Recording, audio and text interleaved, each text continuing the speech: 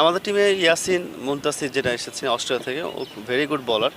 আমি ব্যাটিং এখনও দেখার সৌভাগ্য হয়নি আমার। 3টে ম্যাচে 2 ম্যাচে খারাপ ব্যাটিং আউট হয়ে গেছে, বাট ও ভেরি গুড বলার এবং ভালো একটা লেগ স্পিনার আমাদের জন্য।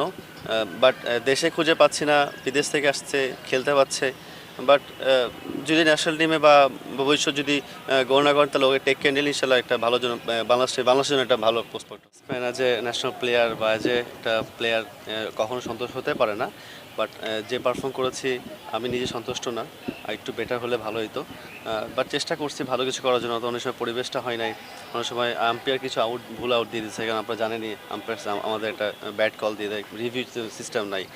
তো এটা আসলে কিছু করার নাই, অনেক সময় হয় নাই, বাট চেষ্টা করছিলাম ভালো কিছু করার। বাট একটা লাস্ট ম্যাচ আছে, শেষ করতে পারলে ভালো লাগবে। ওই যে বললাম, সাজেদ আমাদের টেক কেয়ার নিয়েছে, উনি সব কিছু সলভ করেছে।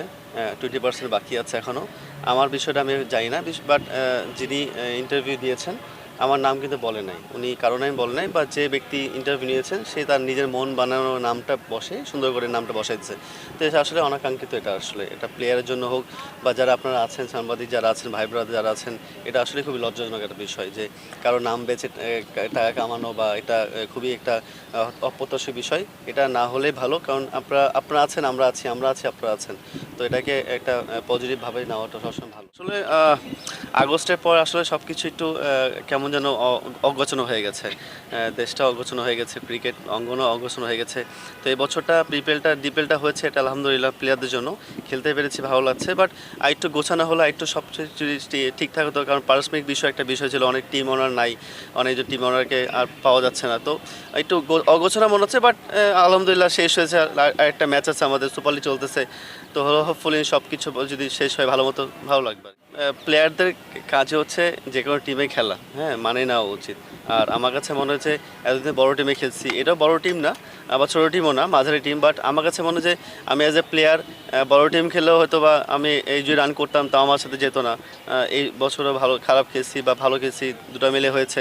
তো হোপফুলি ইনশাল্লাহ চেষ্টা করবো নেক্সট ইয়ারের জন্য আবার কামব্যাক করা, ভালো টিমে যাওয়া। আমি মিডলসেক্সের আন্ডারে খেলবো আর কি, প্রিমিয়ার ডিভিশন।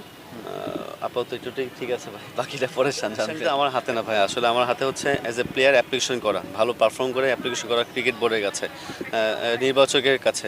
তো বিপিএলটা ভালো খেলেছি, ডিপিএলটা 50-50 হয়েছে। তো আশা করছি সামনে যে টুর্নামেন্টগুলো আছে ভালো খেলবো, ইনশাল্লাহ আবার কামব্যাক করতে পারবো।